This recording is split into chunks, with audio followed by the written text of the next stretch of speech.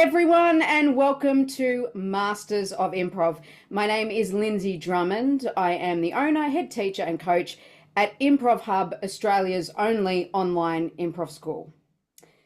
Oh, I'm so nervous and excited because a dream has come true, people. This is like a bucket list thing. My birthday is in 2 weeks' time, so this is like the ultimate present. I can't even tell you how excited I am. I just want to tell you that our guest on Masters of Improv today is the joyous, masterful, magical, once seen, never forgotten, genius, unicorn, that is Jill Bernard! Come on! Wow, what an intro. It's all true. It's all true.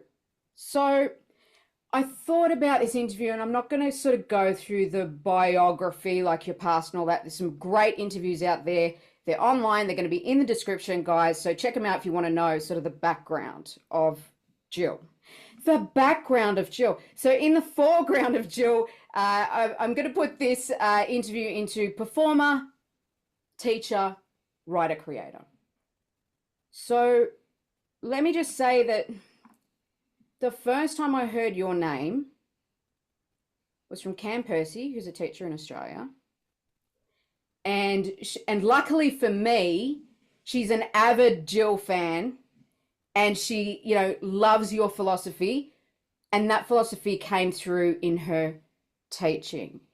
And when she kind of drew in my imagination this character of Jill Bernard and how amazing she was, I had to go straight online. I had to check it out, and I saw your solo show, and I was like, this person is fucking incredible. How is this possible? Like, this is my first love. This is my aspiration, my inspiration when I saw you. And you are, to me, the most natural player I've ever seen. As in, it's effortless. Now, I don't know if that's true, but that's how it comes across. You are the effortless kind of performer who's like 100% like curious and in the moment. And for me, you are everything that is great about improv. So talk to me. Okay, all right. Okay, no pressure. Honestly, like, so I see you as the spark, like the fire, the ignition, the pure inspiration, the spontaneity personified to the point where, see these dangly earrings? I don't really wear dangly earrings, but they've got like a Swarovski crystal star on them. And that's like, for me, that's the personification of you, where you're transparent, like you're honest, you're pure, but you also reflect the light in rainbows, right? So when I was thinking about you, like, what earrings am I going to wear? That was the earrings that I'm wearing. So talk to me a bit about, like, are you brave? Are you fearless? Or are you just present? Like, what is that? And isn't it funny how bravery is in categories? Like Interesting. I don't think I would go skydiving necessarily, right? I've got to say I'm sort of similar in that respect. Yeah, Like, yeah. would I rush into a burning building if someone was trapped inside? Like, that's true courage. Right. I think I have um I okay, so when I was in high school, I don't know if anyone like tried to bully me for being a weirdo Okay. because I didn't really notice. I just kept doing what I was doing. And I feel like that's kind of a key to it. Like to Mm. be like, I believe in rolling creativity. I don't think you can start and stop. Well, you can start and stop being creative, but it's easier as a creative person if you're just rolling your creativity all day long and letting your imagination roll all day Wow. long so that when you get on stage it's ready, it's not a cold start. And I Interesting. think I've that never helps a said lot. that before. I've never heard anybody put it that way before. Usually it would be more, I have a ritual to go on stage, da, da, da. And I will ask you about that if you do have a ritual to go on stage. But that whole philosophy of just being a creative being and then that's just happening. Yeah. It is interesting. So when you say you're at school, you were a weirdo, but you weren't bullied, do you think it was the commitment to weirdoism? I mean, was it that commitment? Like what? Yeah. Yeah. And also like to be surrounded, have a group of weirdos with you. But I think, yeah, Yeah. people couldn't. Okay, so this is funny. At the 20th high school reunion, one of the cheerleaders came up to me in the bathroom and said, when we were in high school, I thought you were so weird. But I'm a teacher now, and I look for the Jill Bernards. I look for the people who Oh, are like letting wow. it fly, being free. And if you look back at my earlier report cards, like they're all coded for what kind of a kid I was. They'll say things like, Jill is very silly. And I'm sure that meant I was just like giggling off in a corner. My mom tells the story of they do a little test to see if you're ready for kindergarten. And she says I was walking along the balance beam and just kept falling off and laughing. Just like falling off and laughing. And I think that's the right. I mean, they let me in kindergarten, so I must have done okay. But just like to fall off and laugh and have it just be, yeah, your day. I think, yeah. I mean, am I brave? There have been shows that where I've been nervous. I've been nervous. In fact, we're going to Improv Amsterdam next week, and I'm nervous just for like the logistical stuff, like being at an airport and Yeah. Yeah. but like being nervous to be on stage, like uh like to me that kind of nervous is just excitement that you're not excited about yet. So when I feel that kind of nervous or that kind of anxiety, I try as quickly as I can to like turn it over into excitement. You're really close to being excited, but you're Yeah.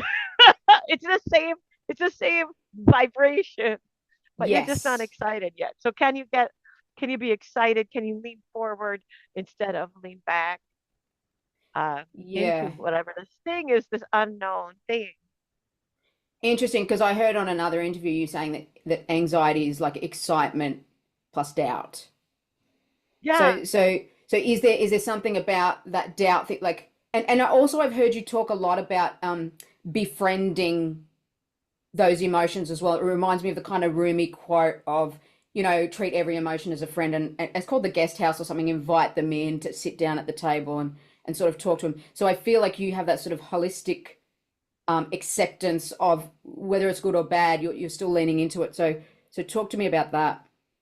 And then Felipe Ortiz from Colombia teaches about Mr. Flop. Apparently, it's a clown tradition idea. He does all these exercises where you just have to fail, like stand there and fail. And he says, wait until Mr. Flop arrives. And you have to stand next to your own like sweaty feeling of having just like done something not brilliant. Just feel like how it feels to be standing there in an improv moment that was not brilliant. But I feel about improv though, like the worst show I've ever done, at least I got to like make things up with my friends. At least you got to like make things up, pretend something with your friends, hopefully. So it's never that bad. So But would this you idea of I'm interested in being okay with all emotions, like being curious mm, about them. mm, When I was raised to like I got the impression that you're supposed to always be happy, like right. put on a happy face no matter what is going on. So as an adult, it's been interesting to experiment with, is it okay to be sad? I teach these four emotions: mad, sad, glad, afraid, We're definitely afraid, going into those. afraid. Don't worry about that. And someone someone was asking about them and wanting to modify them because they said, oh, there's only one positive emotion on that list. Interesting. And I was Interesting. confused. for a second, and then I said, "Oh, you and I feel differently about sadness." Mm. Like I don't think of sadness as a negative emotion. I'm really interested in sadness. Like, is it okay? Like, what does sadness show us? What does sadness teach us? And can you bring how you're really feeling into your improv in a Mm. way is Mm. very interesting to me. So to not, yeah, I was raised in comedy sports style of improv, which is always positive, always bright, always funny. Yeah, big show, big show. So to be open to feeling other emotions and maybe using them on stage and playing a character who's going through something that is not, ha ha, funny, funny is really curious to me. And I mean, anything that makes improvisers give themselves a break, I want to do. I don't want anyone. People give themselves such a hard time about improv. They're like, "Is it okay Mm. that I did? Oh, I screwed up. I subbed at a beginner class last week, and it was so funny how many of them were giving themselves a hard time. I said, this is a children's game, right? We were doing some warm up game, and I was like, this is a children's game from the 50s, right? So you don't have to like feel bad. Great, great. But again, it is very deep and it does sort of go back to childhood. Like when we're kids and all that, like people ask me a lot, how come you don't teach kids much? And I said, because I don't fucking have to really. Like, they're pretty in tune with their expression and their imagination. There seems to be some point at which we start to criticize our own ideas and our own expressions. And I know, like, as a teacher, even though we're in the performer section, as a teacher, you are enough is your kind of catch cry. So talk to me a little bit about that. About you are enough. Oh, well, this is a how I met Kim Percy story, sort of. I went to Improvention, the big Canberra? improv Yeah. festival in Canberra. Yeah, I think it was 2012. And they didn't put names on my workshops. No, I was in Australia for like What? 3 weeks or something, and they didn't put names on my workshop. It just said Jill Bernard Small Cute Workshop, named after Right. my book. And so as a result, I felt really free to put together a syllabus that what is important to me. And in that trip, I realized after teaching those workshops all in a row that if like what is most important to me is you are enough. Mm, If I have a central message that keeps coming up, no matter what the actual physical topic of the workshop is, no matter what we're working on, my central message is that you are enough. You are sufficient. And by that, I just mean often improvisers come in and they feel like they have to be something more, mm, like they have to somehow illustrate stage worthiness in a way, like be funny. They have this pressure to be funny or be something or be the improviser that they saw last night that they mm, admire. And that's not really useful. And it saves so much time if you can just accept yourself as perfect starting material. And that's something Viola Spolin said a lot that like anybody can improvise is one of the famous quotes from Spolin because yeah, let's just start where you are. You don't need any yes. special skills. You're okay. You're good. Whatever happened to you before you got to this point in time is great. Now we can start from there. You can do it. You don't have to be special. And everything we do from now will just be like polishing up what you naturally do, finding how you like to tell stories, finding how you like to create characters, what kind of formats are appealing to you, but knowing that you're okay to be, you can be here. Yeah, yeah. So on that line, on that train of thought, then would you say that, like, rather than it being a performance, I guess, like it's more an exploration? Like, are you The idea, exploring, like, say when you're on stage and you're doing a show, are you feeling that it's an exploration? Because there does seem to be a very process orientated way that you work. Like even when you were saying that you're creative all day and then that sort of keeps going. So, like labeling yourself as, not as good as this person or not funny or whatever is not a process. It's a kind of an outcome. So it's interesting that you have this sort of process way of thinking. So in that sense, when you personally are performing, say a solo show or something like that, are you aware that you are performing, or are you an explorer? Are you exploring, or is there something else? Is it none of those? So to start at the beginning, when I started doing improv in 1994, I was very interested in whether or not the audience liked me. Like my whole Yeah. performance style was this flirt with the audience. Like you and I are doing a scene, but I'm always checking in with them to see if they think I'm funny. Like always checking in. And it took me a long time to really learn to focus that to stay in the parentheses, as Jason Chin would say, that the real focus of the scene should be between me and my scene partner. In those Mm. parentheses, that's where the heart of it is. And so, but I'm always going to be a little bit of a ham. I'm always going to be super aware of the read of the room. It's like I know who's laughing. I know who's into it. I'm gonna work hard to win them over. But like I'm a ham. I'm a ham by from birth. I'm pretty sure. But something changed from that original performance style, and I can't really pinpoint the exact moment. But I stopped being so interested in does the audience like me, and I got really interested in what can you and I, my scene partner, what Hmm. can we make? Like, what can we make? What is in front of us? And when it comes to solo improv, particularly Andy Ettinger, who lives in LA now, is Love one him. of is just the Amazing. greatest. Yeah. Incredible. And when he does solo improv, it's very tight. It's Mm. very orderly and precise. And it Yeah. unfolds like he's setting the most beautiful table. And I was thinking about that one time.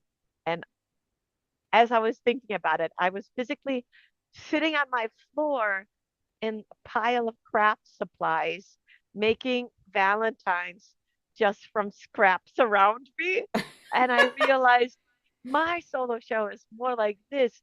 I just sort of throw everything up in the air and tie it together as it comes down. Wow. And I'm always looking for what what is shiny, what glows for me, what attracts my attention. Like that was interesting. I want to follow that and grab Mm. onto that and tie it to something else. So I guess I'm following what's most compelling, what I'm curious about, and then also the needs of the piece. If we're working on a specific format, I really nerd out about being able to execute that format. One of the things I'm super nerdy about is if you need me to bring down the show in 40 to 45 minutes, that baby's coming down at 43, right? I can time you out a show. Like, I really enjoy my brain is satisfied if we meet the requirements. If you said we should do a 5 act structure, I'm looking at I want to nail that what you wanted. I love serving up I love executing the piece as we want it to be executed, but knowing full well that any improv structure is there to serve you. You're not there to serve the improv structure. So I'm Mm. equally charmed when we have a chance to break a structure in the way if there's a higher order of needs at that moment, can we break the structure? Yeah, Yeah, I guess that I'm it's just pursuing interesting. what makes us happy, and that's one of the things that makes us happy. It's really interesting because it's almost like, holding two truths at once. So the truth is, I like to hold structure and be there and smash it out. But at the same time, if I have to break the structure, well, then that's a truth as well. And I feel like most people, it's hard to hold two truths at once. We want to side with one of those things. I mean, how do you stay balanced in that? When you put together an improv cast, you're trying to put together a special team that has all of the skill sets you need. And I love considering myself an all-arounder who can fill into any what need that we need. So I'm looking around to see what's missing.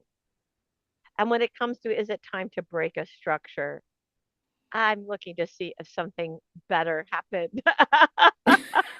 If something better happens than the format we're doing, we have to pursue that because it's real and it Yeah. occurs Okay, so then rather so than ignore then it. does the immediate take precedence then? So in that sense. So it's kind of like I've got an outcome, but oh my God, there's a blue cat. Like if that happens, Yeah, I've got to go there. Is that right. In addition to also true things that happen.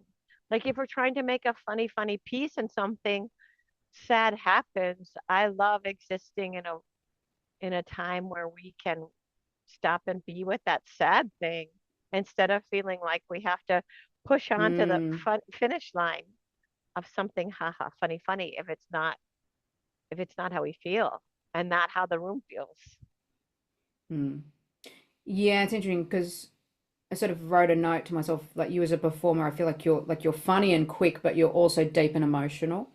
So again, sort of holding those two opposites or whatever. So you can be super like funny and fast and dynamic and whatever else, but you can be slow and emotional and deep, you know. That's I don't know if it's a talent or a skill, but I think it's something that, like I said, most people will sort of side with one of the other, really, of those two things. I So, feel, I trained in two schools really if you think about it. I said I trained in right. comedy sports and that's fast and funny, but I also have a degree in theater.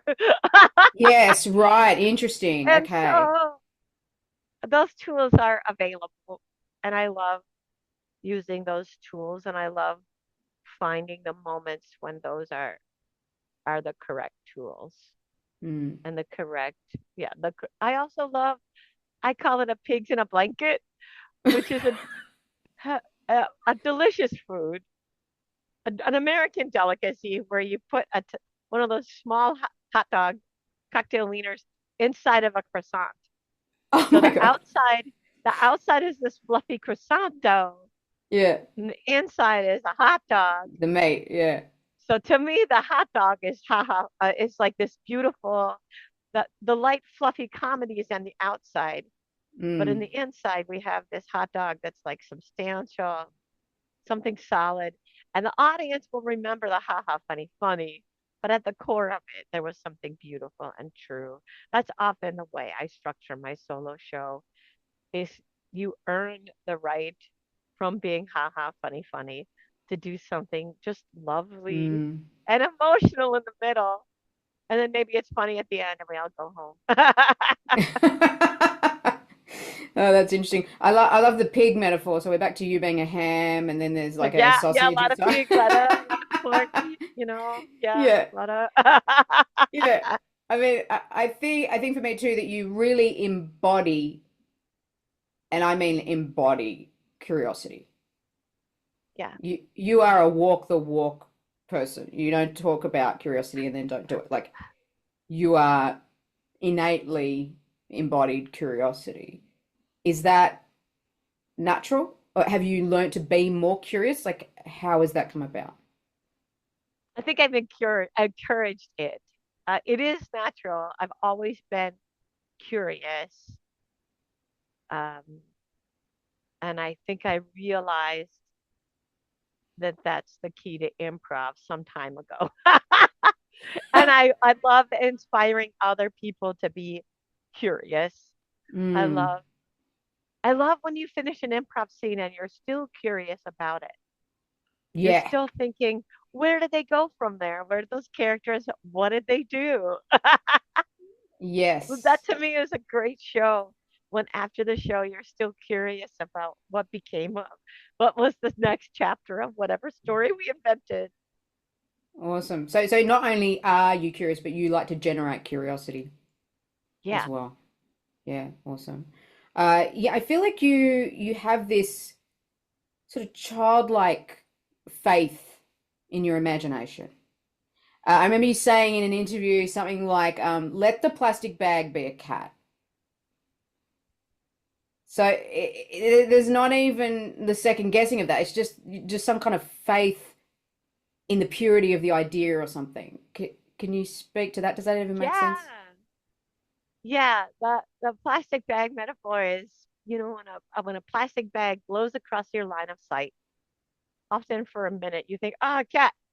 But then your smart brain fixes it and you say, "No, Fixes it's just it. a plastic bag.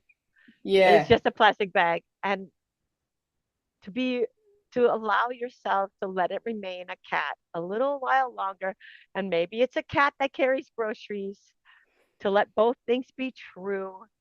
Um, I just think it makes life more interesting. Mm. Yeah, totally. So, Yeah, I've been spending a lot of time with my father, who's not particularly curious about other people. He's curious about other things, but he's not curious about people. So I watch him watch me talk to people, and it's fascinating because I like talking to people yeah. and seeing what's up with them, even if we don't know each other, even if we're not going to know each other past this moment.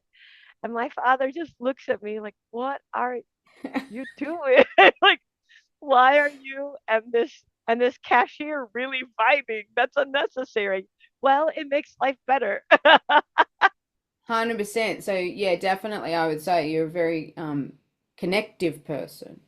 Like it's almost like I don't know if this is true or not, you can correct me. But I feel like there's an intention to connect. Yes.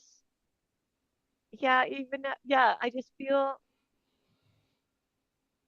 because we are all connected anyway, and we're connected to everything anyway. So why not Mm. go ahead and be and follow that and be curious about that? I think it makes you it's a better you know, uh you can be curious or you can be suspicious, Mm. or you can be, you know, skeptical.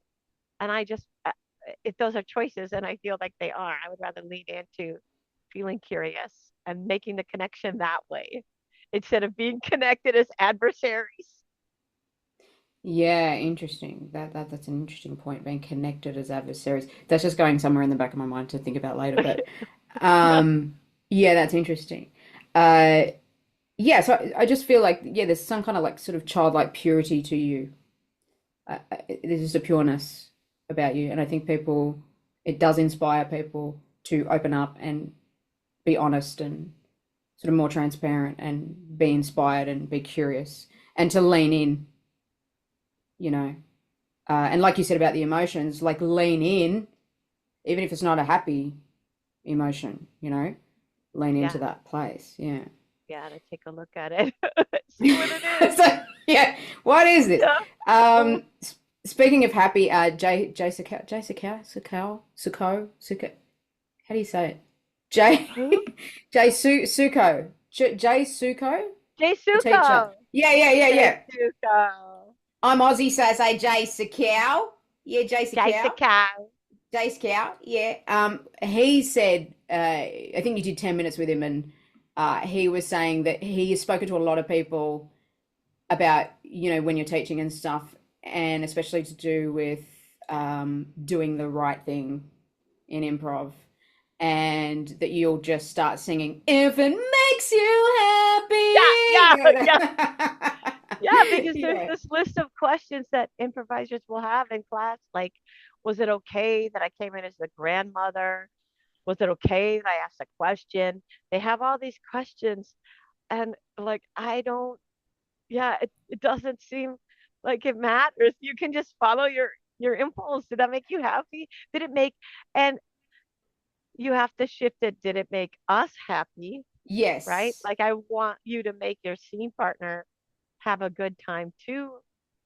Um, yeah, I want us all to be happy. So, uh, yeah, that class I was subbing for the beginners again, somebody somebody said something that was not at all what the exercise was supposed to yield, but it was so funny that I was like, well, we cannot turn our back on this because we definitely needed it to happen.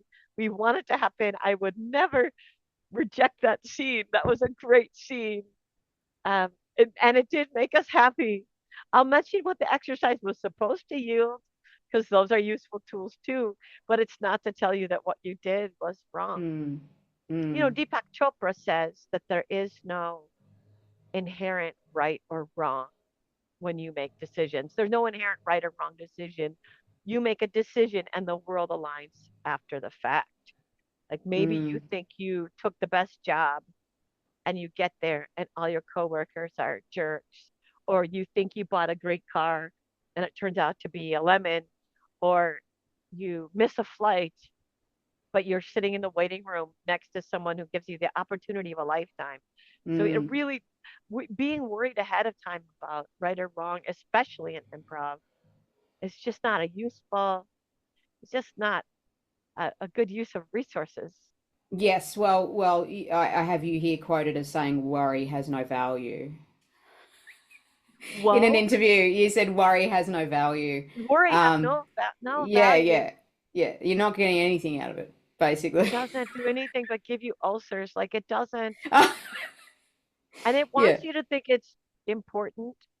Like it yeah. pokes you on your shoulder all night because it thinks it's really important, but it doesn't. And it's so funny to be able to uh to to say that to people because there's no way to make people believe you. Yeah, yeah. Yeah, totally. Yeah. we like my brother, my brother said the other year about me that I really encountered no obstacles in life. Like I really had kind of a blessed existence. Like we, so for me, there have been no grand repercussions for anything. And I just so I and then I think it was I noticed it first when I taught in Romania. The air felt different. Here was Mm, a group of people, like one generation, two generation from communism, and there was just a feeling in the room like I could be like, come on, everybody, let's have fun and be free. And they had their eye on consequences, just a mm, little eye in the back of their head, even though we all knew like no one was going to burst in the room and forbid mm, us from having a good time.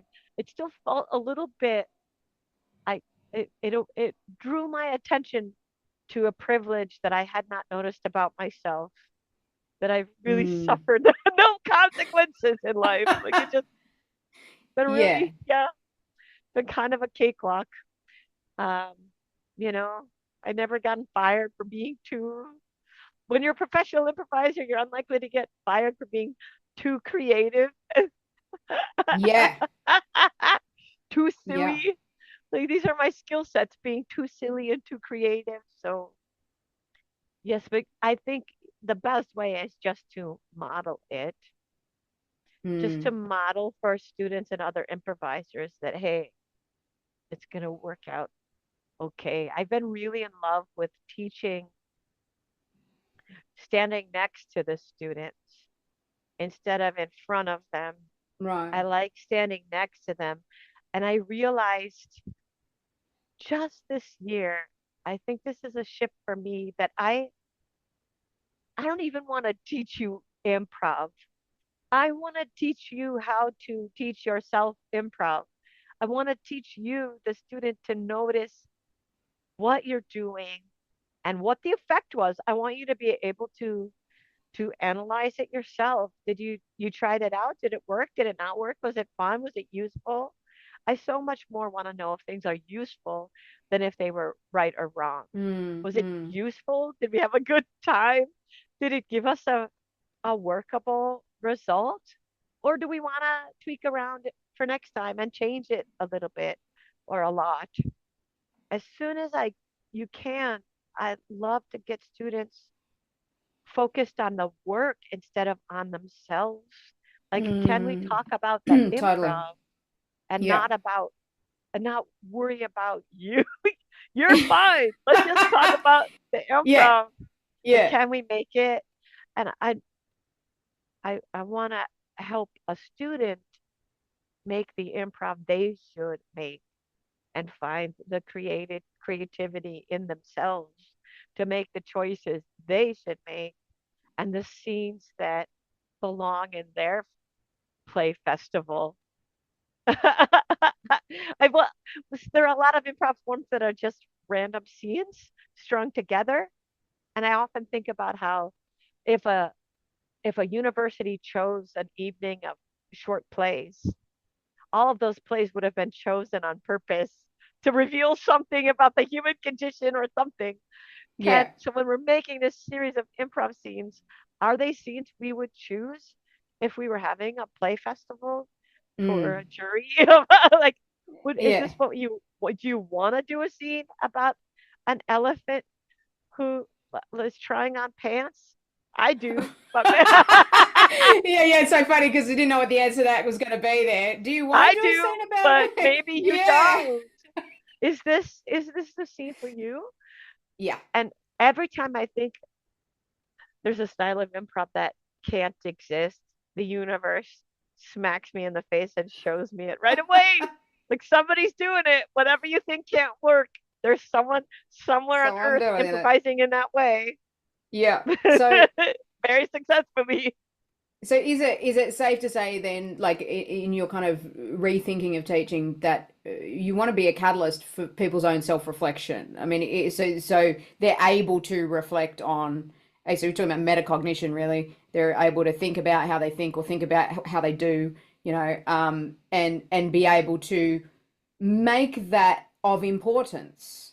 The Yes. work, not oh, I'm this, I'm that, I'm what, and the inner voice sort of thing. So make the work important and learn through reflection. All yes. And also, Yes, Ed. um, to know that they don't need to please the teacher. Interesting. Like, Yes. even if I'm giving you the instructions of what to do, I don't really need you to do what I said to my to my satisfaction, Specifications. Yeah. Yeah. especially because I at least there's around me there's a goal now to expand who is participating in improv.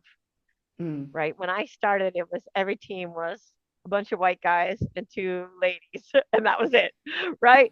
And so if we're making an improv form that is welcoming to to people of color and Black improvisers, Indigenous improvisers, people of all accessibility levels, I can't tell you what your improv should be like. Your improv Hmm. should be true to your life experience because that's the value of what you're bringing into the room.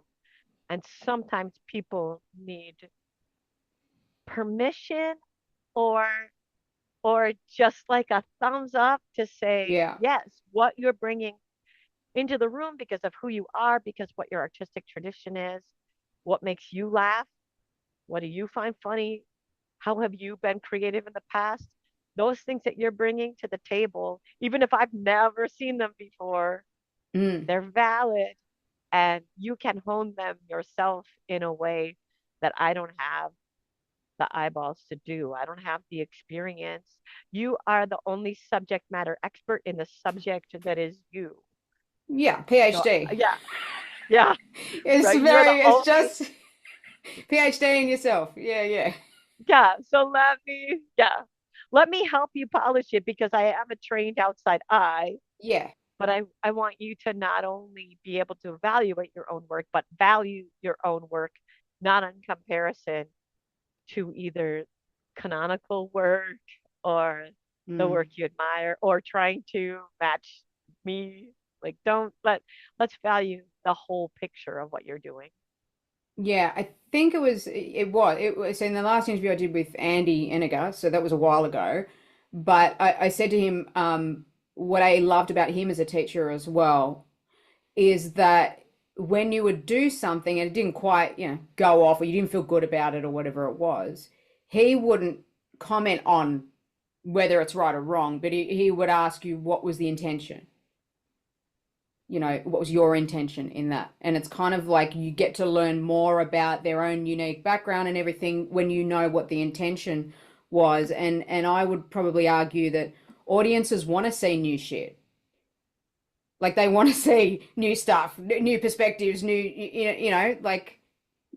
don't want to just keep seeing the same stuff all the time. And so I feel like you're empowering the uniqueness in people for people to have the strength to be able to yes and themselves.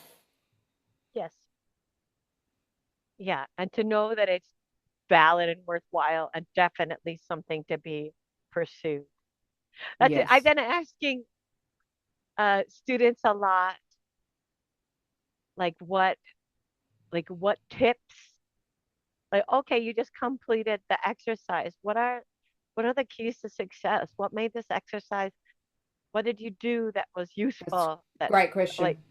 yeah. And then what were the hiccups? What were Mm. the obstacles? And take a look at those. But yeah, what was your intention? Because sometimes it's fun when, because you and I are more experienced improvisers, we can see the move that someone's trying to make, Yeah. and their scene partner, who's also a beginner, does not see it. And I Yeah. really like after the scene being like, I'm pretty sure you were trying to be the ghost of the grandmother. Can we roll the scene back as if it had worked? Yeah. Can we take it back to where the ghost Great. grandmother came in and just try to, like, yeah, because you'll polish up that move. Yeah. 100%. I also like when we try an improv form for the first time and it's just clunky. It's just like the most like blank, blank, blank. Like that's the bones of it. Let's not be too mad at ourselves about Yeah. that. That's Yeah. that's pretty much it. That's my impression of myself the first time a team tries to do a herald.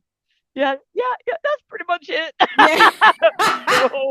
No, that's pretty Yeah, much, yeah. yeah, yeah, That's it. You yeah, got the yeah, yeah. yeah. That's the launch pad. That's the launch pad. Yeah, Yeah, yeah. we'll go from That's the there. bones of it. Yeah, yeah. That's the bones. Yeah. Yeah, you're good. Yeah, yeah. Totally. Um, yeah, yeah, interesting that intention thing because, as human beings too, we judge our behavior by our intention, but we judge other people's intention by their behavior. Yes, And so it's kind of like, right.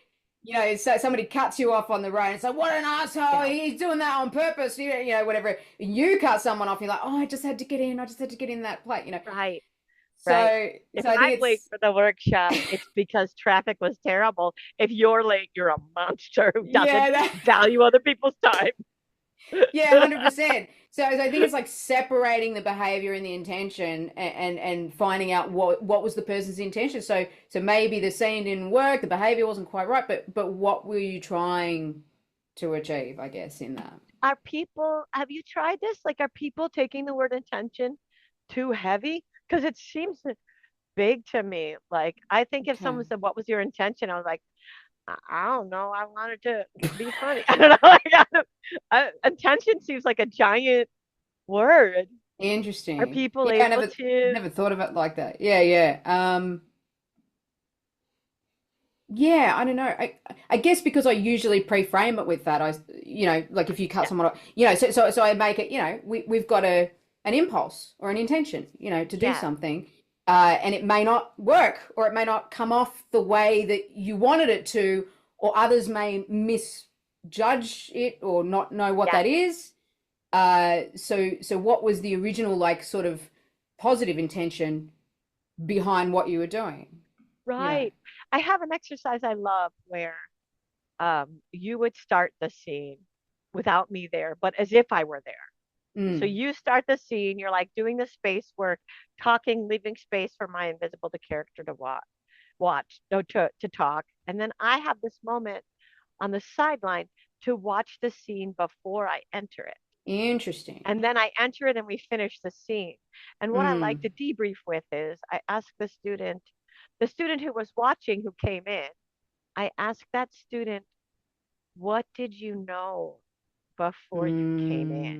mm, mm, mm. And they'll say, like, well, I knew we were at uh in a mail room and I knew Lindsay's character was upset about working there and that we were coworkers, but I was less experienced. Like I have them reflect on what they knew Yeah. before they came. Like just what did you know?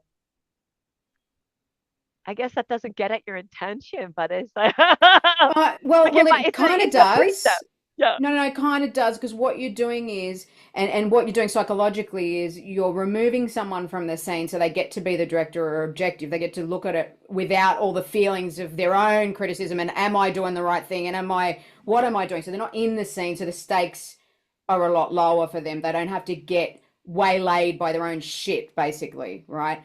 So then they're able to watch this person with less judgment and able with more curiosity because they're watching it and go, oh, okay, oh, that's what they're doing. Oh, that's what they're doing. Whereas in the scene, oh, what am I supposed to say? Well, I get, So I feel like psychologically that's why it works, and it would work, and it's also training people to because you would know as a solo performer, you're the writer, you're the actor, and the director at any given time, and so there's sort of like a part of you that is separate, that is kind of seeing the story or watching the story at the same time. So it's almost like you're enabling the other player who's not in the scene to see what is the story of this scene, like what is this really about, sort of thing. So yeah, I think that's why it works. Right. It's a luxury to be able to look Yeah, before you go. I yeah, love yeah, exercises. Maybe all improv exercises have some sort of luxury. The yeah. luxury of watching a scene before you're in it is Yeah. so pleasant. Yeah, totally. I want to ask you about something that I've noticed that's a trend in your performance, which I absolutely love, but I don't necessarily see it that often. And that is your sort of truthful, honest, vulnerable, committed to the moment self-commentary. So there was one you did in I don't know exactly where it was, but it was maybe Dubai or something. And there was a moment in that where the suggestion was like medicine, but it was Middle Ages.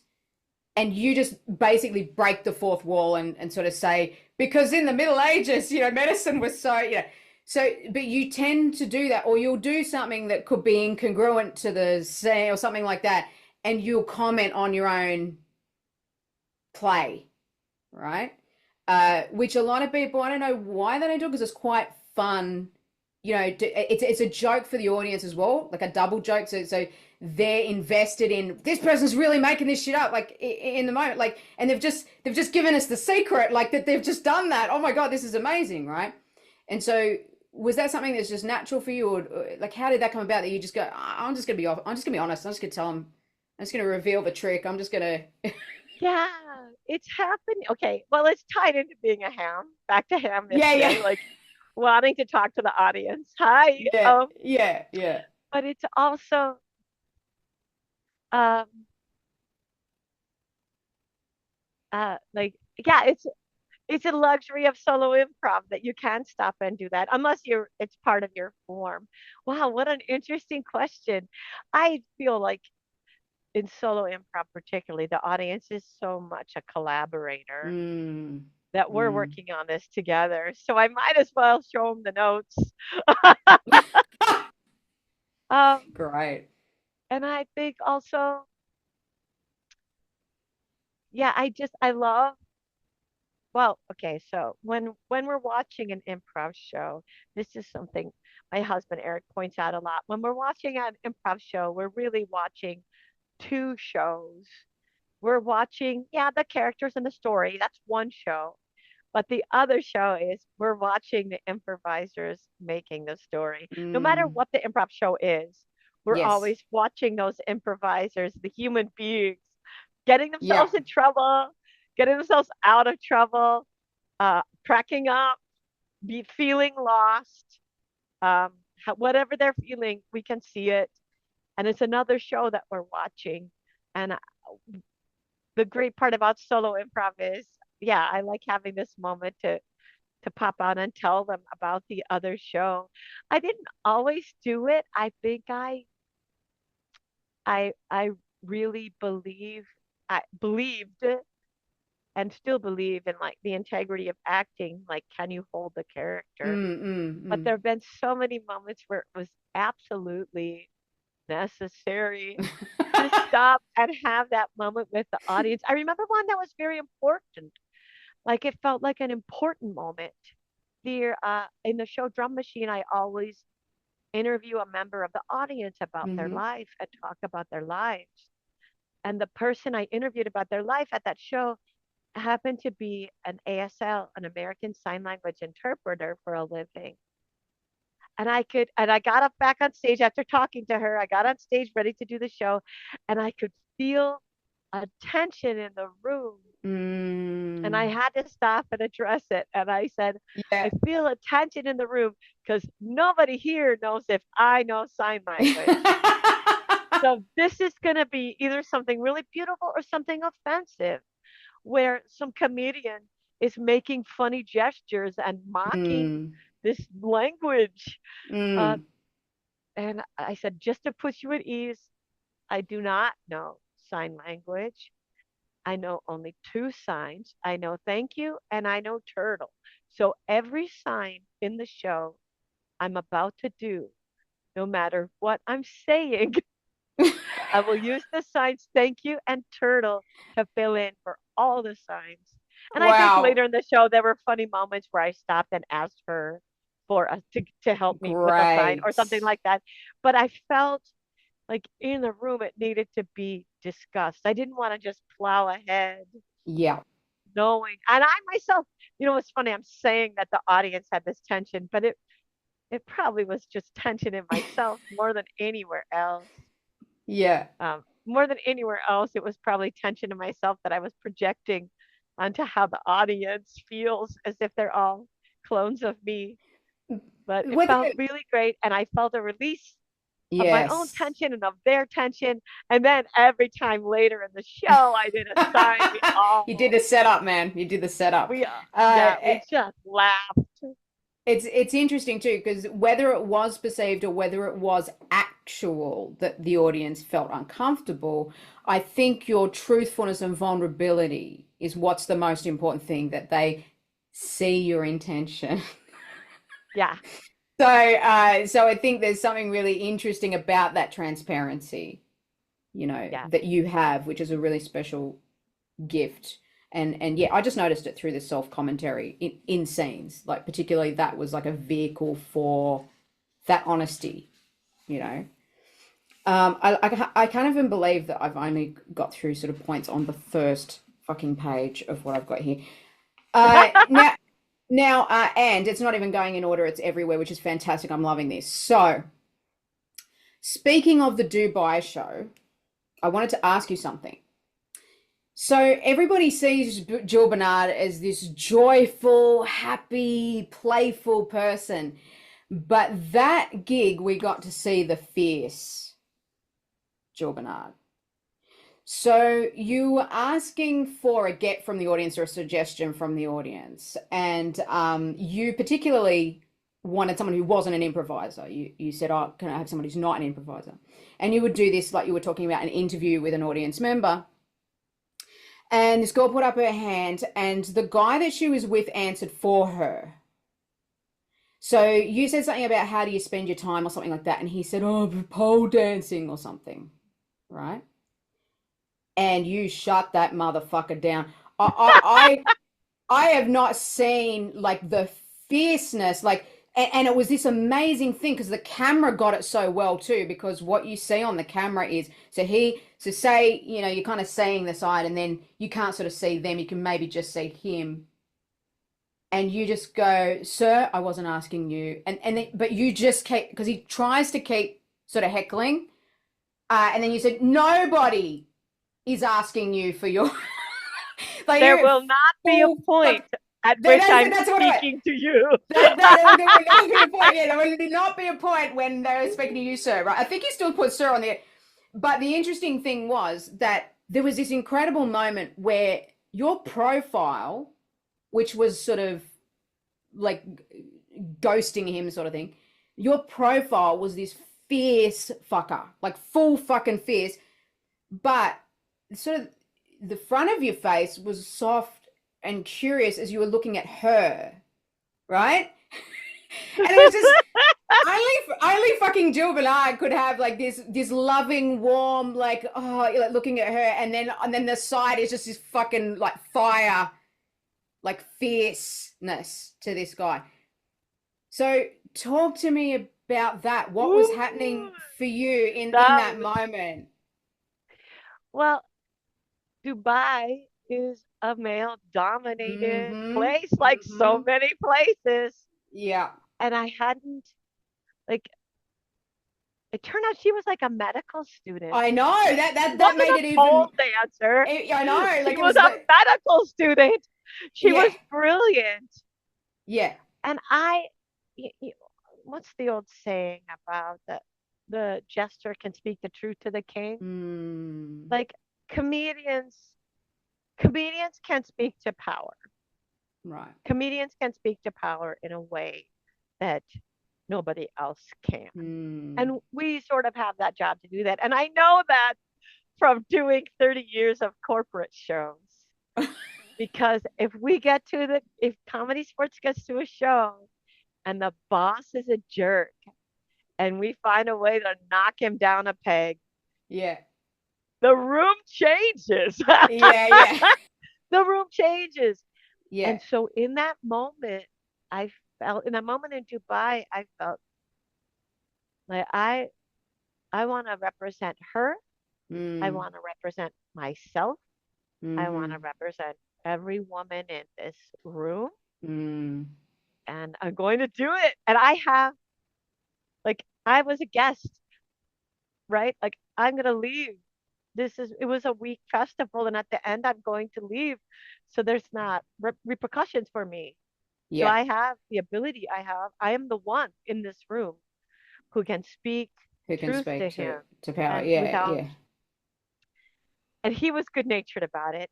Thank goodness. But I absolutely felt the air stop in the room. I did. Everyone was waiting to see. Yeah, they were not sure what the fuck's going to happen here. Yeah, it was everyone wild. Was waiting to see. And so many people came up to talk to me about that moment after. They were like, I was watching his face to see. Yeah, we have that capability. We have that power to speak truth because we're comedians and because comedy has this place where we can laugh at something, even some, and that's the only way you can poke fun at power. Yeah. is to laugh at it. And I just felt like I had the moment to do. I had all the elements were in play for me to be the one who spoke to him. And I mean, you didn't speak to him. You put him in his fucking place. You know what I mean? Like that's fucking Jesus. And the interesting thing is, what I'm interested in as a performer is like that would derail a lot of people. Like somebody sort of heckling like that or speaking for something, you know. So how did you manage to have this fierceness, but then this unconditional positive regard for her? So there was a real boundary there. You might not know, but I'm just saying, like, what had to happen for you, like, in your thought process or your body or your breathing, or like, what had to happen for you to just fucking stand there and just be like a superhero? Well, I was on her team, I was on her team, so it was her. I was representing her. That is, I'm pretty good at getting into harm's way. Well, you used to fall off balance beams, so it's like whatever. Yeah. Right. There's a lot of stories of me, like like putting like stepping standing up in that moment and speaking to some blowhard man. Like I there are other um I remember being on a bus and there were a bunch of women in hijabs and this man was saying to them, you're beautiful. You don't need to cover yourselves up. You're beautiful. And he would not leave them alone. Mm, And they were just like looking out the window, looking anywhere at all. And mm. I got between and I was like, I need you to leave them alone. And then he started going off and screaming at me. And I was so happy because, like, leave them alone. Scream at me all day long. Scream at me all day long, brother. Um, So it's like you yeah. diverted his anger to you, Yeah, sort of thing. exactly. Yeah, yeah, right, Exactly. right. Exactly. But that moment in Dubai, I just felt like, well, this is what art can do, right? Like Mm, art is a voice. mm, Art has always been able to show the world how it is. That's one of the purposes of art.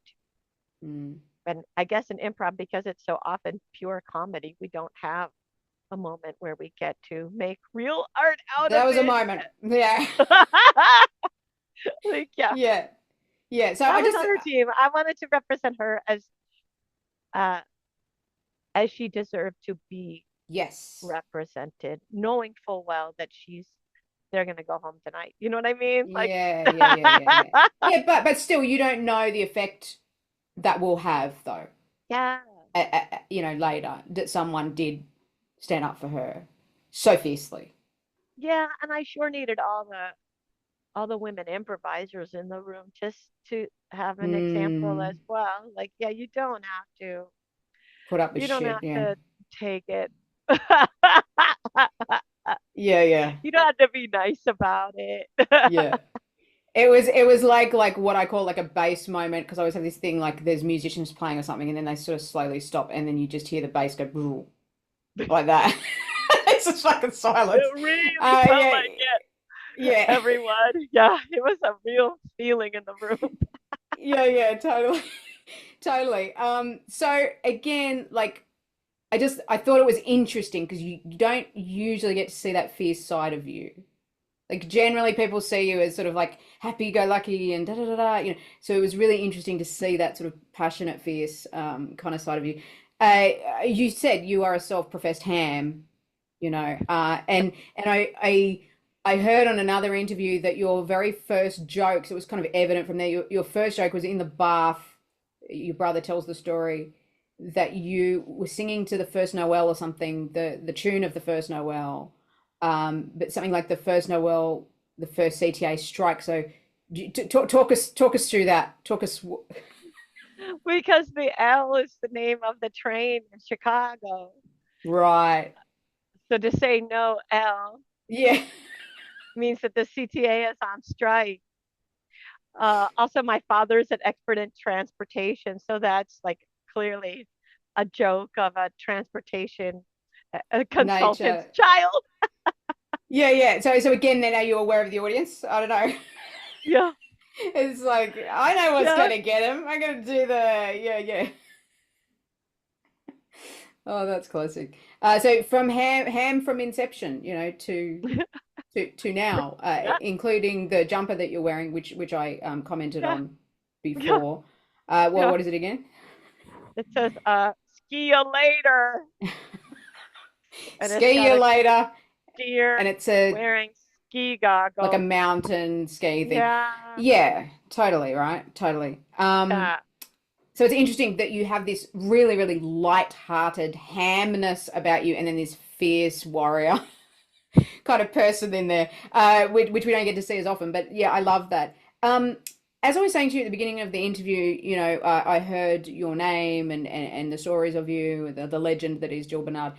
And I went to YouTube and I had a look for solo show, and I found, which I still think to this day, and I don't know whether it's just the nostalgia, but I think this is still my favorite. It's from a long time ago, but it was the solo show that was the pirate.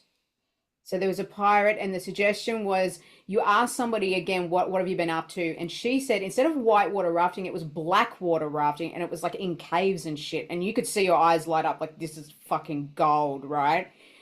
Yeah. Yeah, like black water. So you just, I just, this is your genius. You just sort of took that, and you've got a pirate who's underground, okay? You've got a pirate who, like, this is just like fucking gold, like setting up a narrative. This pirate and hammy sort of at the same time. A pirate that's underground and just like, what are you gonna pillage and shit? Like you're underground, like there's no like it just totally set it up, and it was this beautiful thing where there's this lonely pirate. He's underground, he's in the Blackwater, he's got a little parrot which you played, which I just knew I was in love with you from that moment. His friend, his parrot, his only friend. And then almost like a movie, we kind of, the camera moves up to above ground, and we see, the lonely girl who's doing something with the peat. I don't fucking know. Like, and then this villain of the piece, which is her father, sings this amazing song of "Stick to the peat, girl," like, and all this. Uh, don't don't find out what's at the end of the world. Don't dig deeper. Okay, so we've got a million metaphors in here as well. And so this is what I love about you. Not only do you just set up theatrical gold and jokes, then he's got this line as well. She's talking about she wants to dig deeper and find out what's down there. And he's like, because you realize, again, commentary, you realize, hey, your mother would be turning in her above ground grave.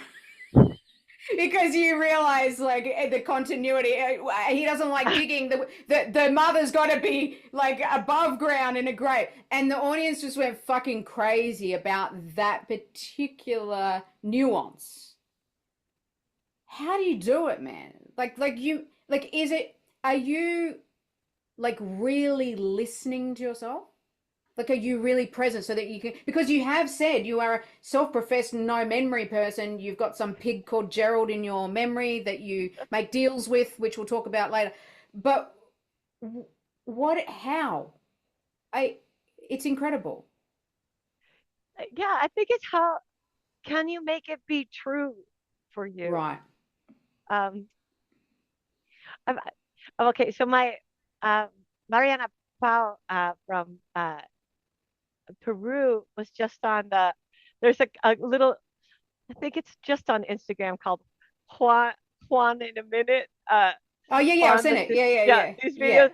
She just did one about visualizing it, made me think about my own work. Like, um, I think I'm visualizing so much that it Mm, it feels true to me. Like, do you believe the things that you're creating and that you're saying? So that when you look at them again, what's unusual about them strikes your eye. And I don't think, no, I know that not everyone visualizes in the same way. They're not seeing what they create as true and believable and trying to manipulate it and use it and seeing what's interesting about it because of the way it's manipulated. I think that's really the key. Like, do you believe it? Is it real to you? mm. I remember there's a scene I'll never forget. We were doing an improvised, it was a bunch of us doing an improvised Tarantino. And I stood on my scene partner's back to crawl out of a mine shaft. And in that moment, I was really disappointed because I realized, oh, it's a pretend mine shaft. You can't really pull yourself up on a mine Yeah. shaft that doesn't exist. Like, oh, I'll find another way through the tools of theater to illustrate this. But for a moment, I was like, oh, what's wrong with this mind shaft? Why can't I get a grip? Oh, because Yeah. it's not real. Wow. Okay, interesting. So Yeah, you're really making this shit real. Like, you are I a just pirate. believe in it. You are down under the thing. Yeah, yeah. Yeah. But then you pop out for those little fourth wall moments you were speaking of, and then you go back Yes. in it. I think the beauty is, can you be in it, and also the metaphor I use is the water. The Like swimming. I was just about to say it. sometimes you're Yeah, yeah, under yeah. the water, and of course you pop up because something attracts your attention. Like maybe someone in the audience tipped over a bottle, or you realized you haven't used the suggestion yet, or something happened that pulled you up over the water. And then, like, how fast can you get back under the Back water in. and live in this world and swim through this world that you're creating with your friends? That's beautiful. Live in this world, swim through this world. That's, yeah, beautiful. And there are people who play entirely above the water who are totally charming people. They're Yeah. always like a wink and a smile and never fully under the water. And they're great and we love them. And we would Yes. never, yeah, please put that person on my team. But also for myself as a performer, I love being like under the world, under the water, living in this Mm, world, feeling these mm. feelings. Yes. I need to. So I just interviewed Joe Bill before you, and that's just been released part two because it went on for ages. Just like this interview's doing, and and so I was talking about his different shows and duos and stuff, and when I got to you, he was saying, like she's just a unicorn, and I love Jill Bernard in a way that I can never love anybody else because she's Jill, right? And when you talk about living the reality of the scene, for me, the epitome of absolute genius, and I mentioned this in his interview, and I got to see his side of the equation, so I want to hear your side of this. You and him did a thing called Scram. It's, something you guys do together. This particular one, though, was at Mount Improv, I think. And there was a scene that was just crazy. It's this repetition scene, and the thing goes on and on. And he's like, I came to your door and I pressed the doorbell, but you didn't answer. So I pressed it again. In fact, I pressed it many times and all that. So you two are kind of like this Britishy kind of friends, and you've taken all this time to set up the chairs, and then you've set it all up so that it's you've got sort of an OCD thing going on the chairs like that. And he comes and you don't answer the door.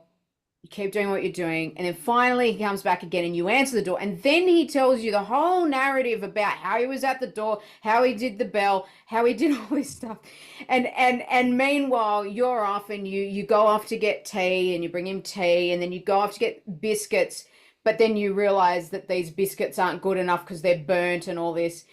But the absolute living in the character of this, and it's completely insane. Like the repetition of this scene in a meta way, in a behavior way, in a word way is crazy. It's complete genius, right?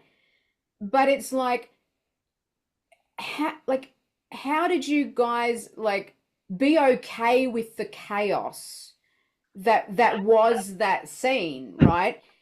Now, it was because I know Joe Bill likes to do repetition as well. So that's something that he likes to do. And he has a fascination for chaos and organization and stuff. But what I loved about you was just your fucking patience, because he strings shit out. Like he's repeating it again for the fucking third time, the fourth time. And I'm like, just okay.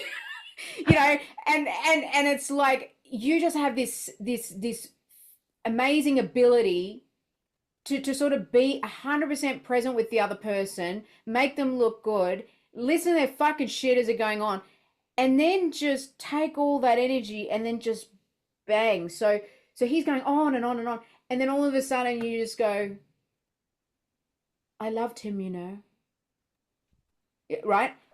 And the whole thing just breaks. Like the whole, and then because he's a great improviser, he goes with you, and then we turn into another beat that's all repetition, and you guys end up fondling each other and feeding each other biscuits off the ground and fucking singing Royal Britannia. You know what I mean? Like it's insane, but it's so chaotic. It's never it's never it's just right. I don't know. There's just this real group mind thing that happens between you two, like a connection. and just I don't know what that is. Just knowing that intention of each other or something, or just knowing each other well enough. How did you stay the calm of the storm like in that scene? Because it's incredible. And then to the point, so you pattern break him because you go, I loved him, you know, as you do the pattern break. And then he does it later when he reveals to you. And another, I love this, your fucking commentary to the audience. When he reveals to you that it wasn't just that he killed your husband, but he also killed the other person that you'd been speaking to. And you're like, two people die, you know, like, and you could say that you're kind of like just in that moment realizing, oh my God, he's giving me like new information and he's just smashing it. Like he's just, yeah, it's an amazing scene to watch. And I'm going to put it in the description. It starts out with, you know, Joe Bill's sort of Scram thing. So you're a football coach, you're telling this guy off, you're not tough enough, and you're doing that solo scene starts thing. And he's doing a scene start where he's got this soup and he's tasting it and he's obsessed with it. And then that third scene, you sort of go into the soup scene and you become this sort of evil person who wants to kill Bob the antiques guy, right? But you don't actually realize that until you're doing it. Like you can sort of see that, and Joe Bill is watching you, and he said the minute she did that laugh, like that evil laugh, I just knew this was going dada. This is going, you know.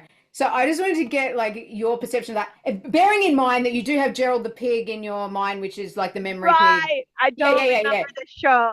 I don't remember the show that you're talking about, but I will tell you something yeah. that often happens when I play with Joe and when I play with a few other people, but a lot with Joe.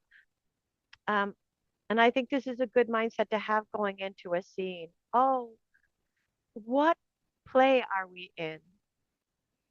And Talk to me about that. What do you mean? What do you mean what by that? what what show are we in? What playwright wrote this? Not to Right. do a genre, but Yeah. like that sort of scene feels a lot like uh, Eugene Ionesco or like Václav Havel or Tom Stoppard, these playwrights.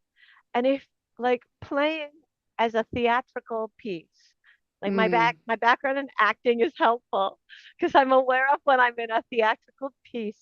So I'm Yes. not upset because I know this is a theater piece.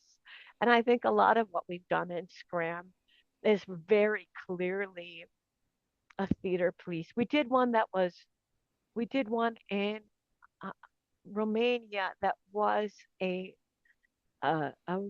thriller, and we've Oh. never done that before.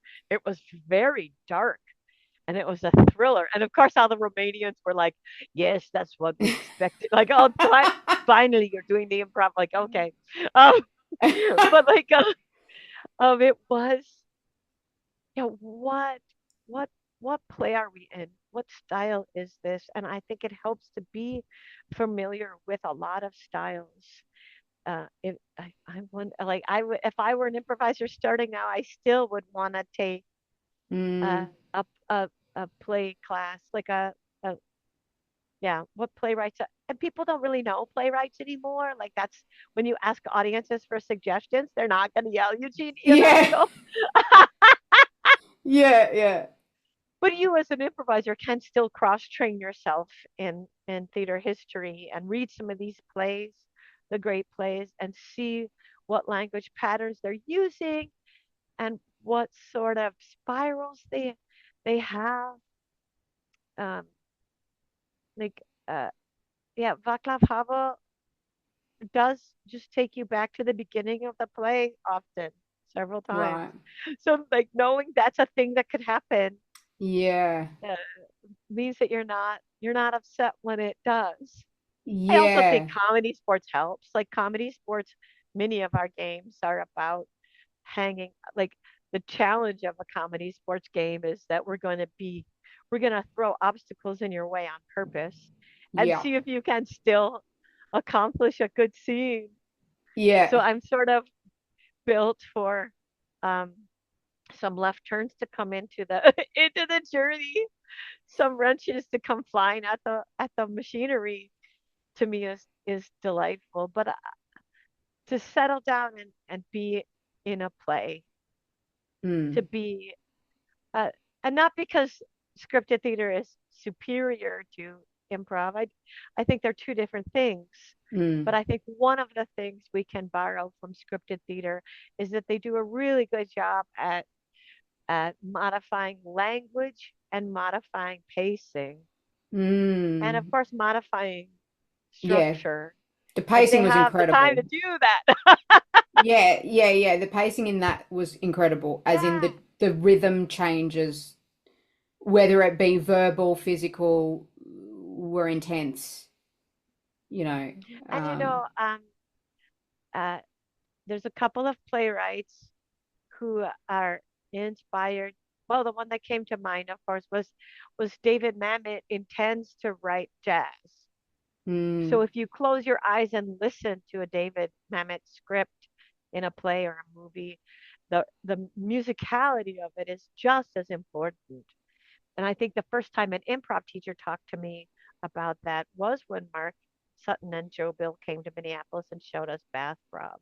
Because their duo show, Bathrob, if you close your eyes and listen to the opening of it, it's just music, and they're perfectly comfortable speaking over each other because they yeah. know they're creating a sonic effect for you, and it's not crucial that you pick up every word.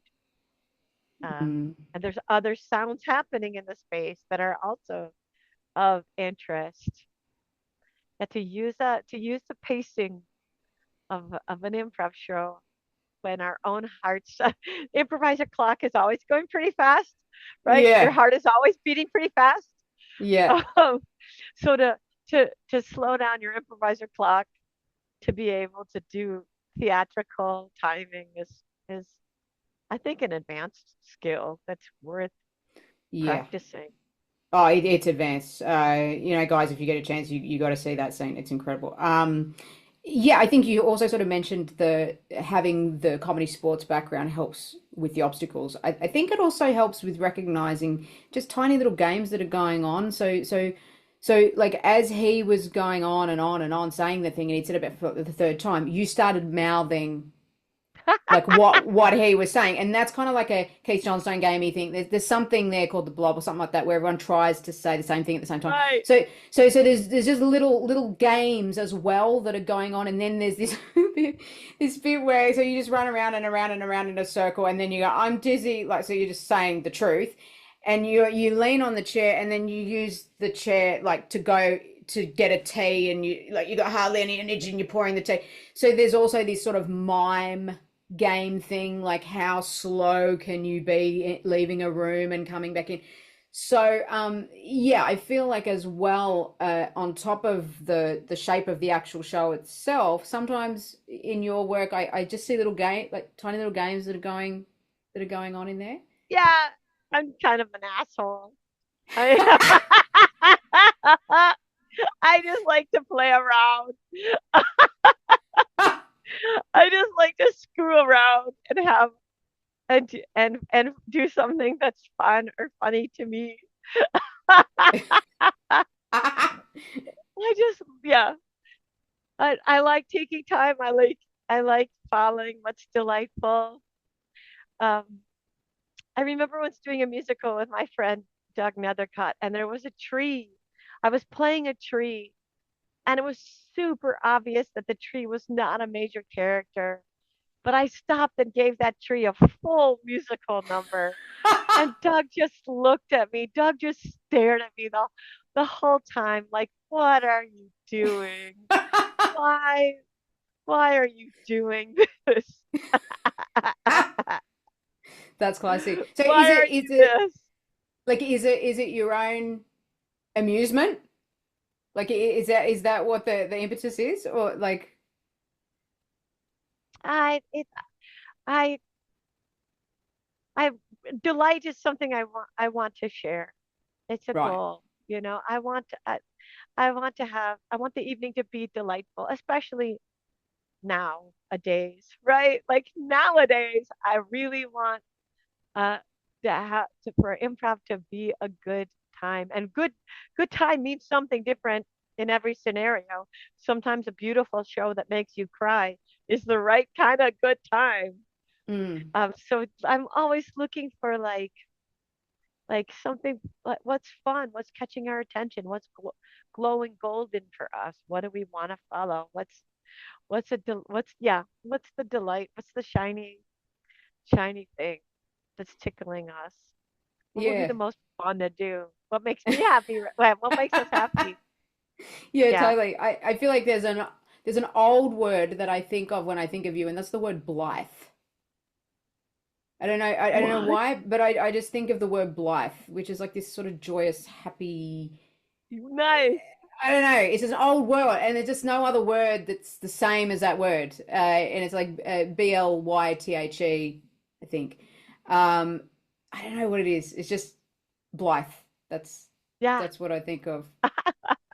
That's a nice compliment. I've never been called Blythe before. That's great. Yeah, you probably wouldn't because it's like from like Yeah, it's eighteen yeah. ninety whatever. But yeah, yeah. Yeah. Um Also like uh, m most of the time when I'm doing a duo, um I'm doing a duo with someone that I know I can screw around with, right? Yeah. Like I we can get in trouble. We can get in trouble. We can work ourselves into a corner. We can yeah, we can yeah. It's yeah, we can work ourselves into absolutely a terrible bind and dig our way out in the most delightful, joyful way and screw around and have a good time. And no one's gonna be mad and no one's gonna give you a note like, hey, you really need to be faster with that chair. Yeah, yeah. Because it's a Jill Bernard project promise. Like if you chose to do a duo with me, like we're gonna get into some good trouble. Yeah, yeah. That's awesome. Yeah, I mean the other thing that strikes me about you is, and it's like when you were saying you don't care if it's right or wrong, you care if it's useful, would be like utilization, which I think you're just so good at that. Like, and whether that is you're visualizing the scene, you're utilizing those things, like, you're above ground grave, you're listening, you're utilizing what's there. And you, in another interview, you were talking about one show that you did where you had a really sore throat and it was really hard for you to do the show, but you utilized what was going on for you in the show itself, and it became a bit of a tearjerker, a bit more dramatic, and the audience was crying. So talk to me about like the beauty of utilization, even as in utilizing your feeling as an improviser as well. Like, talk to me about that. Yeah, that was the first time it had occurred to me. That was in Würzburg, and I had a sore throat. Um, Man, nowadays we would go home. Like, why are you Yeah, why what? are you doing the show? Yeah, This is yeah. not such a beautiful story. But at the time I powered through it. And you know when you're traveling and you're sick, you feel even Mm. sorrier for Oh, I hate yourself it. and I you hate just it. want to be home in your own Yeah, bed. So I was feeling totally. homesick and there was no way I could put on a happy face. It was not available. So I instead uh, just did a really sort of truthful story about a mother saying goodbye to her child. And everyone was crying, and everyone came up afterwards to tell me stories about missing their own family. Oh, wow. I'd accidentally, do you know Glenn Hall? I accidentally named that child his child's name, and he was really missing his kid. And it was like, whoa. And I was Wow. just looking for a name that would fit a medieval story. It was just like, um, and that hadn't occurred to me before that you could use Mm, how you are mm, feeling. And mm, that sentiment came in really handy. Um, because I'm here in Minneapolis. So when George Floyd was killed in 2020, none of us had it. mm. None of us felt like getting back on the horse and being like, good, good, good, No. good, good. Like we Yeah. did a lot of work that was really sort of truthful and spoke to the moment Cathartic. we were in. We were very gentle with each other. People stepped out of rehearsals if they needed to. Like just that idea of like I've said this a lot and it became even more highlighted. I'm human first. I'm an Yes. improviser second. I'm Yes. a comedian distant third. Um, and I think that ties back to the Dubai story too. I'm a human first. So Mm. before I'm going to turn around and make a ha-ha show out of this, I'm a human first. I don't need to make it funny first. I need to look at the humanity in the room first, the people who are here. We're here together to make this thing. There's a reason we're here live.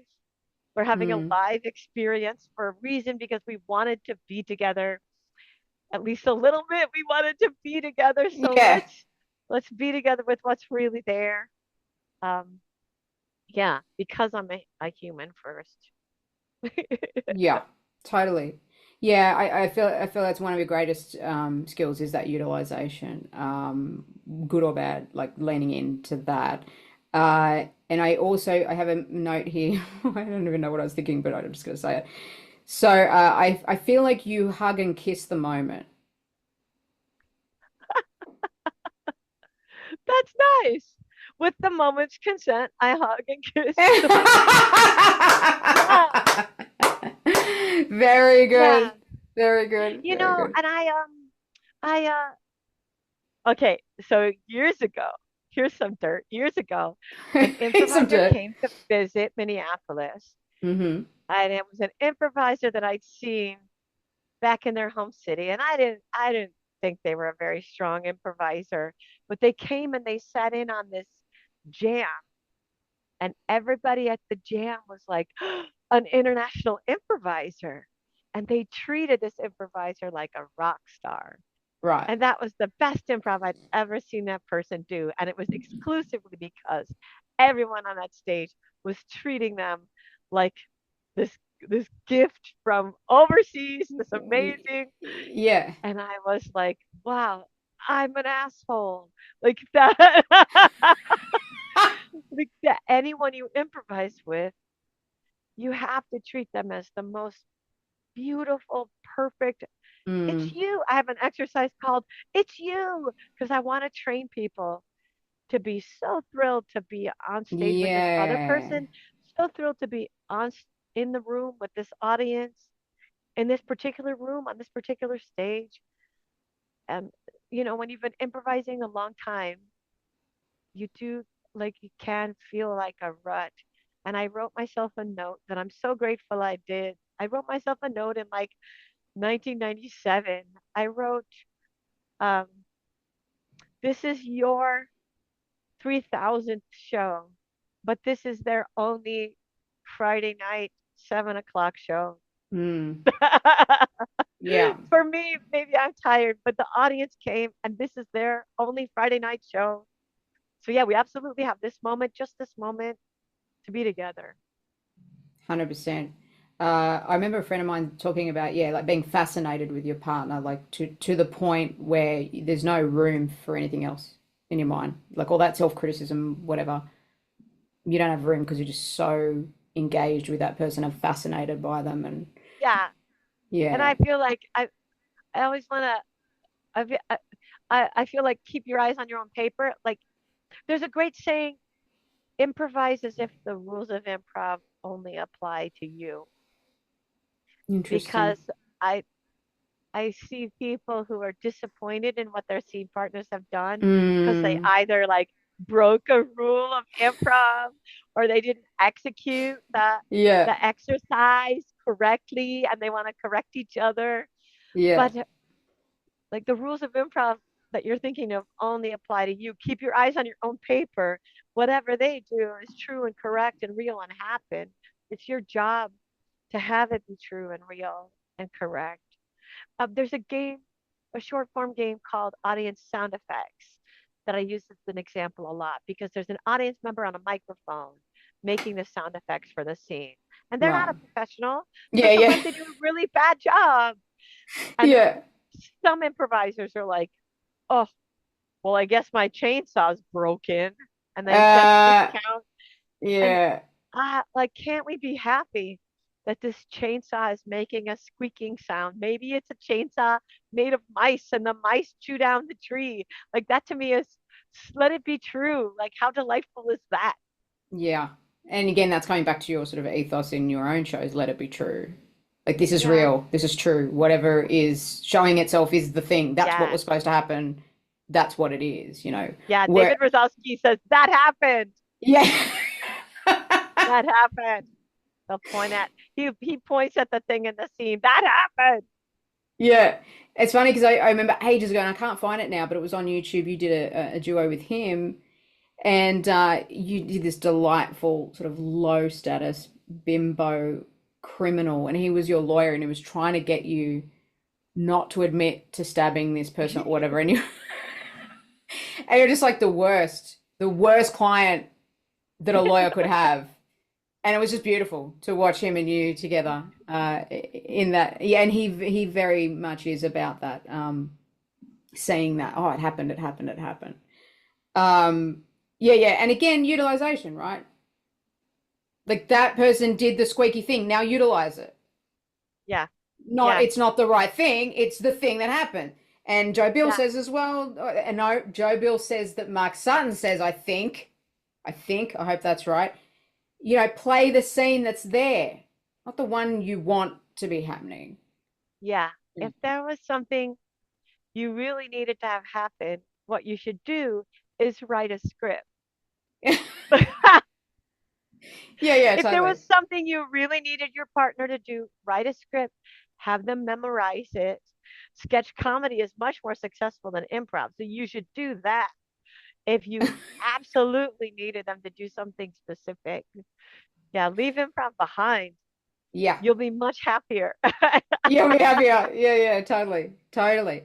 I'm cognizant of time, and I'm also cognizant that like I could probably do another 2 hours with you, like seriously, Right, of like course that. we could.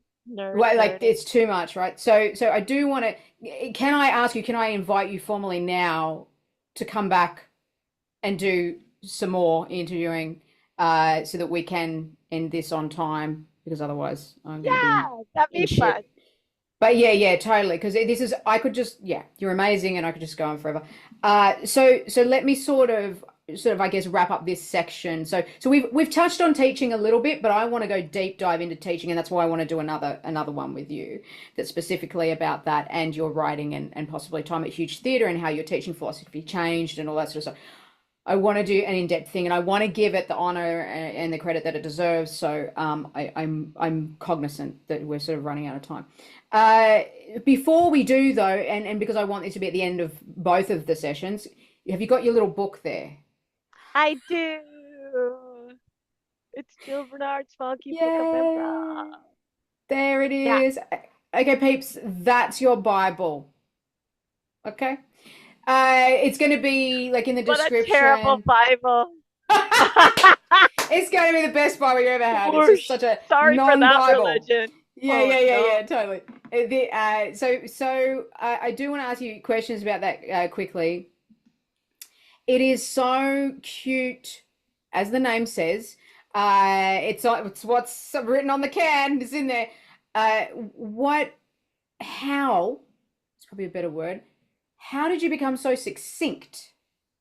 Because it's a tiny book. Like it's a tiny book, and most writers struggle with elegance and being succinct about something, and you cracked it, you managed to do it. Do you know how? Because you just seem to be this kind of person who has these incredible ideas that you just got no fucking right to have, like so you just wake up, and you go, you know what, no one's ever done a show called Drum Machine, I'm gonna buy one. And then you just fucking go, you don't even know what a drum machine is, and then you create a thing, right? Or you go, you know what, someone asked me to do a Q&A, I'm going to call it Q and Play, right? So you just come up with these sort of concepts, you know, or hey, I really love hammy jokes, let's do a format called Between Jokes. You know, it was the book that, like, what was the impetus for the book? Like, how did you get to this amazing sort of perfect specimen that it is? Well, there's two parts of it. Thank you. That was all very complimentary. There's two parts of it. If you think about when I wrote the first part, I wrote the first part in 2002. So I really hadn't been improvising that long. I started in 1994. Was I ready to write a book? I did not have much to say. So it was very easy to write a short book. Interesting. And then and I wrote it in one night. I sat Wow. in front of my typewriter. Why did I have a typewriter? Let's not think about it. I sat in front of my typewriter and I typed it up and I made a Xerox of it in the morning and mailed it to Jonathan Pitts to see what he thought. Uh, but that was just a blurt of everything I've been thinking, and I hadn't been thinking that much. And then the rest of it is a collection of essays, and all of the essays came about because when I was teaching in class, I would have something I would communicate to the students, like something would happen in a scene, and I think of a way to explain to the students what Mm, I was asking. And I mm. just sort of kept journaling all of those speeches, those little speeches that I gave naturally in class, and I formalized them a little. And that's the second half of the book. I think every improv teacher should do that. Like write down the little speeches that you Interesting. give in class, because that's what you believe if you said it more than Yeah. once, more than Yeah, twice. yeah. Like that's your Yeah. philosophy. Um, So that's yeah, that's how I did it. it strikes me as well that the book itself is a process because we spoke at the beginning of the interview about you having a process orientated approach to basically everything it sounds like. And so, you've written this thing in 2002, and then you've gone, no, I can keep writing it. Like I can. So so Yeah. so so there's a process orientated thing to it. So I will ask you. Oh, by the way, Jay Sakow mentioned as well that he wanted you to do an audio book. So I'm just putting that out there because that was a few years ago. We started. John Gabritatios and I did like half a read of it, but Right. then we got bogged out too. Also, that was a valuable. John Gabritatios and I did a read of the fourth edition, and that's what inspired a fifth edition. Because as I Interesting. was reading it out loud, I was like, "Oof, oof, Bernard, oof, some of that does not hold up." Good, right? Like times have changed, thank goodness. Not only like how thoughtful we are about how we take care of each other and how we take care uh, of of everyone, of people who have suffered in the world, how we think about punching up or punching down or not punching at all. Not only that, but my own thoughts have been sophisticated. So it Hmm. was good to read it out loud. Yeah, Um, wow. That's interesting. That's really interesting. I'm wondering which version I've got. I've got to double check which one I've got because if I haven't got the fifth, is the fifth the most recent? Yeah, it's the most recent. I have glasses now. You can see, and Okay. I'm a, So glasses. I So love that the last one was the 10th anniversary and this is the 20th anniversary. So I don't work wow. quickly. I don't work quickly. Yeah. Yeah. So if I don't have the fifth, I'll get the fifth. And I'm Yeah. telling everybody out there to get the fifth. Not amendment. I don't know what that is, but the the fifth version of Jill's book. Jill, did you possibly start a rumor with me that there were other little books in the works at all? Is that Yeah. something? Well, I wrote a book last night. Oh, what? And I wrote a book the Okay. other night. I wrote a book the other night. Um, I want to make a series of books that you just print out double-sided at home and fold them up yourself and staple them yourself, and you have a small Okay. book of improv. Digital version. Digital version Yeah, then, but print well, it it's not out. digital. I mean, it's print off. Yeah, I wrote a book Yeah. about solo improv that you can Great. now get. Um, I guess I'll put a link at jillbernard.com to get to those books. Um, Yes. the one I wrote last night, I still have to get checked. I finally wrote a book in Spanish because Wow. I've been trying to write this book translated into Spanish and I could never do it because when I open it and look at it, it's not what I would say to a Spanish speaking audience because Right. the tradition of improv in Central South America and in Spain is so different. They don't Different. have the same questions that we had when Mm. I wrote this book. So Yeah, yeah, I'm just gonna make a bunch of little books. And then I do hope it. everybody makes little books. Do it. That's awesome. Also, just before we do sign off, what are you doing like right now? So you've got a new project that you're working on. Yeah, Do you want to tell yeah. everybody about that? Our huge theater closed, and it was difficult for people to find shows to go see, even though there's plenty of shows. They just didn't know where to look. So Mm. I made a website called TwinCitiesImprov.com, which I think every improv community should do as well. I built it on a website called Talkify. Um, I guess it's like Spotify and talk like a clock together. Yeah. But it was really easy, and people can submit their own events. And it was just really heartwarming to look and see how many shows are happening in a way that's kind of compiled, that people can see it in whatever calendar view they enjoy. So yeah, TwinCitiesImprov.com. Awesome. I've owned the domain for 10 years and I Oh, finally used wow. it. Wow. Well, you've Yeah. used it now. And yeah, let's say that we will be back at another time at your convenience. I mean, I know you're going to Amsterdam now and all that, so whenever you're Yeah. free. And let me just say again, what an amazing birthday present it has been for me to talk to you and really dive deeply into the DNA of Jill Bernard. Yeah, I've really loved this talk and I'm just forever grateful. Thank you so much for the honor, and I'm really looking forward to the next installment. Yay. Thanks, Lindsay. Bye, everyone. Make sure you like and subscribe, and I'll be putting all the links down below. Bye now. I can't press stop. There it is.